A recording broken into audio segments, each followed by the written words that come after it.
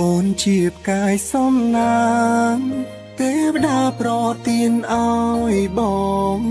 ងនៅក្នុងជាតិនេះបងតែសម្រាប់លើកហ្នឹងអត់មានបំណងអីទេអ្នកនរគ្នាគឺពួកខ្ញុំទៅថតត្រែនៅអង្គរនឹងឯងអញ្ចឹងឥឡូវនេះគឺមកមើលពីការរៀបចំខ្លួនមុនទៅអង្គរអ្នកនរគ្នានិយាយទៅគឺខ្ញុំស្រីនេះគឺអត់មានគិតថារកកៅមុនរកអីណាគឺនៅកណ្ដាលថតគេហ្នឹងហើយខាងផនេះគេចាប់ផ្ដើមពាក់ក្បិនពាក់អីហើយបដាហើយណាបើមកគៀវិញអ្នកនរគ្នាមើលតាមកញ្ចក់ហ្នឹងទៅគឺឃើញវាហើយមុនគេហ្មងឥឡូវនេះគឺខ្ញុំបាន 10% នឹងគេដែរណាអញ្ចឹងកាត់ងាយគឺចូលដល់វគ្គហើយហ្មងទៅអ្នកនរគ្នាសារតែសក់ខ្ញុំមូតម្លាក់ធម្មតាអញ្ចឹងទៅខ្ញុំចង់ឲ្យរបៀបថាវាឲ្យឆ្លាស់ចឹងទៅគឺខ្ញុំធ្វើសក់ថែមតិចតួចដែរអញ្ចឹងហើយកន្លែងគាត់ស្រួលខ្លាំងមែនតើអ្នកនរគ្នាចូលទៅគឺកន្លែងតលាយសំខាន់មានជាងធ្វើសក់ជាង make up ឲ្យយើងមកស្រឡាញ់មកស្អាតហ្មងមុខខ្ញុំគឺចាប់តែបន្តិចបែបរបៀបឆ្លាស់អញ្ចឹងគឺឃើញស្អាតខ្លាំងមែនតើហ្មងអ្នកនរគ្នាហើយខ្ញុំស្រឡាញ់ខ្លួនឯងនៅពេលដែលពាក់ឈុតខ្មែរខ្លាំងមែនតើមានអារម្មណ៍ថាខ្ញុំស្អាតហ្មងអ្នកនរគ្នាអត់មានអីគេសារខ្ញុំមានអារម្មណ៍ថាមើលមកខ្លួនឯងគឺស្អាតមែនតើហ្មងជាមួយនឹងឈុតខ្មែ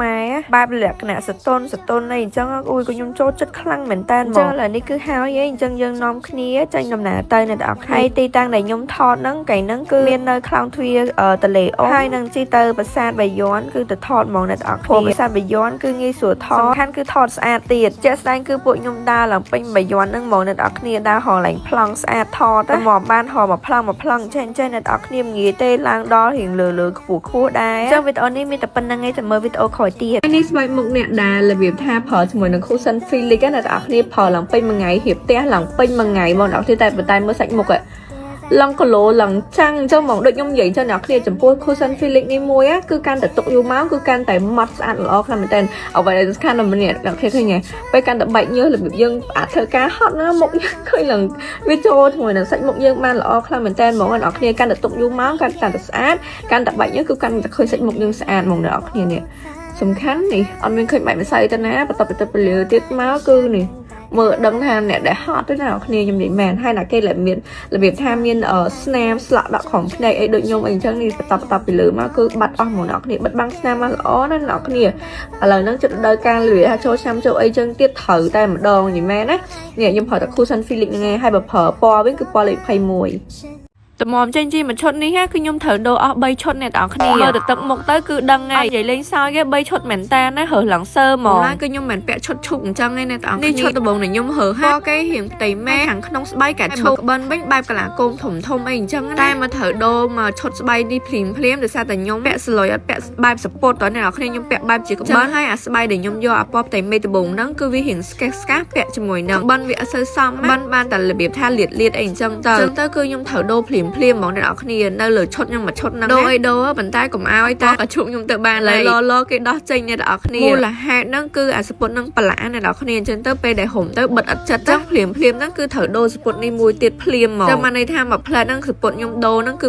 3កៅគឺ2ហ្មងអ្នកនរគ្នាហើយតម្រាំដល់ចេញរីសាលមួយឈុតនេះគឺរបៀបថាខ្ញុំឡើងរៀងចង់អស់អារម្មណ៍ដែរហ្នឹងសារខ្ញុំគិតថាឈុតដែលដំបូងគេហ្នឹងគឺខ្ញុំប្រើស្អាតដែរអ្នកនរគ្នាតែពេលដូរច្រើនដងពេកទៅគឺខ្ញុំគិតថាវាលែងស្អាតលែងអីតែមានអីណារីសាលពេលដែលពាក់ហើយគឺឃើញស្អាតខ្លាំងមែនតើមកហើយបើឈុតខ្មែរអញ្ចឹងបើសិនជាខ្ញុំសួរថាខ្ញុំឆ្លាញ់បែបរបៀបក្បិនឬក៏ស្ពុតគឺខ្ញុំឆ្លាញ់បែបរបៀបក្បិនច្រើនជាងស្ពុតឆ្លុយអញ្ចឹងណាអ្នកគ្នាមានអីថត trend លើកនេះសប្បាយតាបានទាំងបានផ្សព្វផ្សាយជាមួយនឹងអង្គវត្តយើងផងហើយបានស្លៀកជាមួយនឹងឈុតខ្មែរឃើញខ្លួនឯងស្អាតផងអាពិសេសជាងគេហ្នឹងគឺរបៀបថាបានដើរថតបដាគឺបានញ៉ាំបដាហ្នឹងហ្មងអ្នកនរគ្នាហើយថត trend ហ្នឹងមិនមានតែពួកខ្ញុំទេអ្នកនរគ្នាចាថត3នាក់តែម្ដងចាថត3នាក់តិចថាមានវីដេអូអីមួយគ្នាអត់មានទេចានេះគឺមានតែវីដេអូកន្លែងហ្នឹងឯងដែលបានថតមួយគ្នាហើយបើកន្លែងនេះសុំអួតបន្តិចគេអ្នកនរគ្នាខ្ញុំនិយាយមែនឆ្លាញ់ស្បែកមុខខ្ញុំខ្លួនឯងពេញមួយថ្ងៃហ្នឹងមែនតើហ្មងថតដាក់អីបែកញើសមិនក៏ដោយតែសាច់មុខខ្ញុំគឺឃើញនៅតែម៉ត់ស្អាតណានិយាយលេងសើចអ្នកនរគ្នាមុនពេលដែលខ្ញុំចេញពីផ្ទះមកតងមកមិន10ថ្ងៃថងហ្នឹងហ្មងមកដល់ខ្ញុំថតហើយ5:00ល្ងាចចាំបានន័យថាវា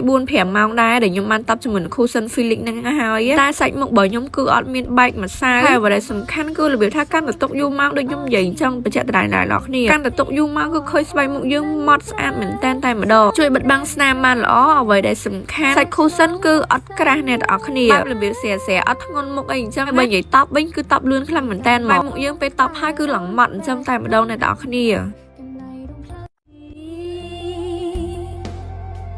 សម្រួលក្បែរបងនោះសូនថ្ងៃអត់ជីវីមួយវិនាទីក៏អូនមិនប្រែស្មោះមិនដែលវិវេ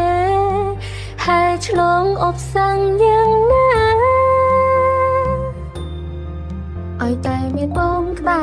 យាយមែនអ្នកទាំងអស់គ្នាចាំមិនអីតែមានសង្សារថតមួយមិត្តភក្តិខ្លួនឯងហ្នឹងស្អាតមិនអស់សំខាន់ណាឲ្យតែបានពាក់ឈុតខ្មែរម្ដងឃើញខ្លួនឯងស្អាតខ្លាំងមែនតែម្ដងហើយពេលណាថតហ្នឹងអ្នកទាំងអស់គ្នារបៀបថាយើងចាប់គ្រប់ប្លង់ហ្មងរបៀបថាព្យាយាមដើររកប្លង់ស្អាតប្លែកអញ្ចឹងណាហើយដោយកន្លែងនេះអីអញ្ចឹងអ្នកទាំងអស់គ្នាដូចគេថត MV អញ្ចឹងខ្ញុំនិយាយមែនអញ្ចឹងអ្នកមើលវីដេអូហ្នឹងហើយ complete mention មិត្តភក្តិនាំគ្នាទៅសៀមរាបទៅអង្គរដើម្បីបានថតឈុតខ្មែរហើយបានផ្សព្វផ្សាយអង្គរវត្តយើងទៀតអ្នកទាំងអស់គ្នាទៅនាំគ្នា mention ណាគេចេះថតរូបស្អាតបែបរបៀបចាប់ប្លង់ស្អាតអី mention ចេញឲ្យអស់មកហើយគេទៅសៀមរាបគេពាក់ឈុតអញ្ចឹងមែនថាមើលចាំអីទៀតអ្នកទាំងអស់គ្នា mention មិត្តភក្តិបងភឿនយើងមើលរបៀបថាកគ្នាទៅសៀមរាបអស់មើលអ្នកទាំងអស់គ្នាមួយទៀត mention មកណាគេដែលរបៀបថាយើងពឹងពាក់លើវាជឿជាក់លើស្នាដៃថតវាបែបថាខំពាក់ឲ្យស្អាតដើម្បីបានថតរូបស្អាតណាចៃដន្យអីវាចេះថតអីហ្នឹង mention មកអស់មកអ្នកទាំងអស់គ្នាលេងសើចអ្នកទាំងអស់គ្នាមុនពេលដែលខ្ញុំចេញពីផ្ទះមកតង់ម៉ោងមិន10ថ្ងៃថងហ្នឹងហ្មងតែមកដល់ខ្ញុំថតហើយ5 1ល្ងាចអញ្ចឹងបានន័យថាវា4 5ម៉ោងដែរដែលខ្ញុំបានតបជាមួយនឹង Cushion Felix ហ្នឹងហើយតែសាច់មុខរបស់ខ្ញុំគឺអត់មានបែកម្សៅហើយអ្វីដែលសំខាន់គឺរបៀបថាកាន់តែទុកយូរម៉ោងដូចខ្ញុំនិយាយអញ្ចឹងបញ្ជាក់ដដែលដល់គ្នាកាន់តែទុកយូរម៉ោងគឺឃើញស្បែកមុខយើងម៉ត់ស្អាតមែនតែម្ដងជួយបិទបាំងស្នាមបានល្អអ្វីដែលសំខាន់សាច់ Cushion គឺអត់ក្រាស់អ្នកទាំងអស់គ្នាបែបរបៀបស្រាអត់ធ្ងន់មុខអីអញ្ចឹងបើនិយាយតបវិញគឺតបលឿនខ្លាំងមែនតែមុខយើងពេលតបហើយគឺឡើងម៉ត់អញ្ចឹងតែម្ដងអ្នកទាំងអស់គ្នា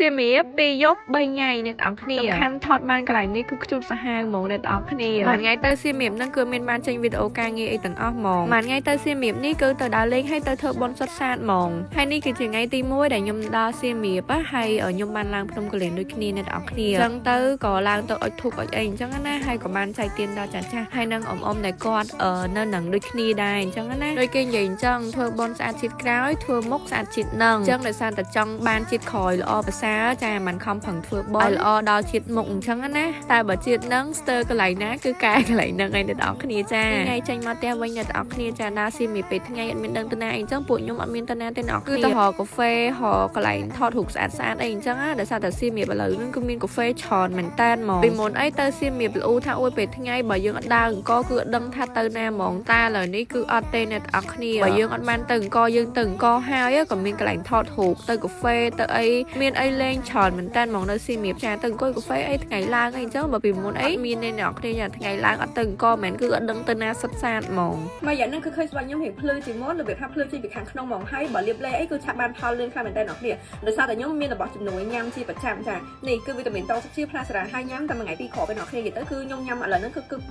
បៀបថាខ្ញុំបដូរពីញ៉ាំពេលផឹកឥឡូវខ្ញុំមកញ៉ាំពេលយប់វិញម្ដងអ្នកនរគ្នាចាសម្រាប់វីតាមីនតសុខជាផ្លាសារ៉ានេះគឺសម្រាប់មកដែលគាត់របៀបថាស្បែកយើងរបៀបខ្មៅពីកណ្ដៅហ្មងសាច់ឈាមគឺខ្មៅហ្មងអ្នកនរគ្នាញ៉ាំអានេះទៅគឺជំនួយរបៀបថាជំនួយពីខាងក្នុងញ៉ាំទៅគឺជួយស្បែកយើងផ្សព្វភ្លឺខ្លាំងហើយសំខាន់ជំនួយរបៀបជំនួយតែសុខភាពជំនួយតែសម្រាប់ការមកដល់អត់ទៀងមកខែថ្ងៃម្ដងចុកប្របាក់វេទនីអីរបៀបមកអ៊ូមករបៀបថាម្ដងតិចម្ដងច្រើនម្ដងអីចឹងណាអ្នកគ្នាចាញ៉ាំនេះទៅគឺសម្រួលបានច្រើនខ្លាំងមែនតើម្ដងហើយសំខាន់ខ្ញុំមួយថ្ងៃគឺខ្ញុំញ៉ាំ2គ្រាប់ឯអ្នកគ្នាចាខ្ញុំញ៉ាំ2គ្រាប់របៀបថាឃើញឆាប់បានផលលឿនអញ្ចឹងតែថាតែត្រឡប់ខ្ញុំញ៉ាំពីដើមមកគឺខ្ញុំញ៉ាំ2គ្រាប់អីអញ្ចឹងរហូតមកដល់ឥឡូវហ្នឹងក៏របៀបថាអត់ប្រែទៅណាដែរគឺញ៉ាំតែមួយថ្ងៃ2គ្រាប់បែបហ្នឹងរហូតមកអូខេថ្ងៃហើយនេះពីសារអត់ប្រពន្ធហ្នឹងអញ្ចឹងខ្ញុំឆោមហឹងនិយាយទេអ្នក